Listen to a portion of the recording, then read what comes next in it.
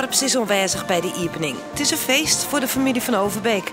Na een ierbouwen kan de nieuwe kosten nou officieel openen worden.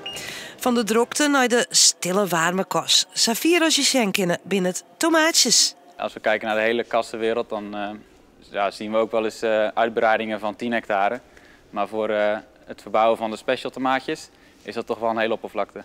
Maar wel zoene tomaatjes, want daar zit toekomst in. Wij zien dat gezondheid, ook vooral bij kinderen, steeds meer van belang is. Ouders die willen graag hun kinderen snoeptomaatjes meegeven naar school. Nou, en hier wordt het volop geteeld. En voor Kok van Overbeek is dit een mooi moment. Hij op 12 locaties kosten en nou alles in Belsum. Maar sa uitbreidje wilst het net goed gaat in de tuinbouwsector, liep het een risico. Het mooiste is natuurlijk dat ik vaak heel mijn producten op 1 locatieswagen heb.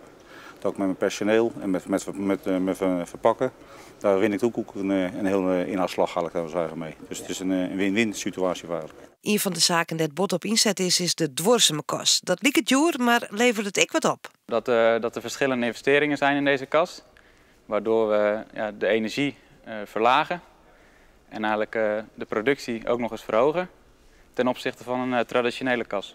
Een speciaal dak dat het zinnenlucht beter verdeelt, speciale isolering. Zaken die ik de burgemeester goed bevallen. Hij zocht zeker toekomst in de glastuinbouw voor zijn gemeente.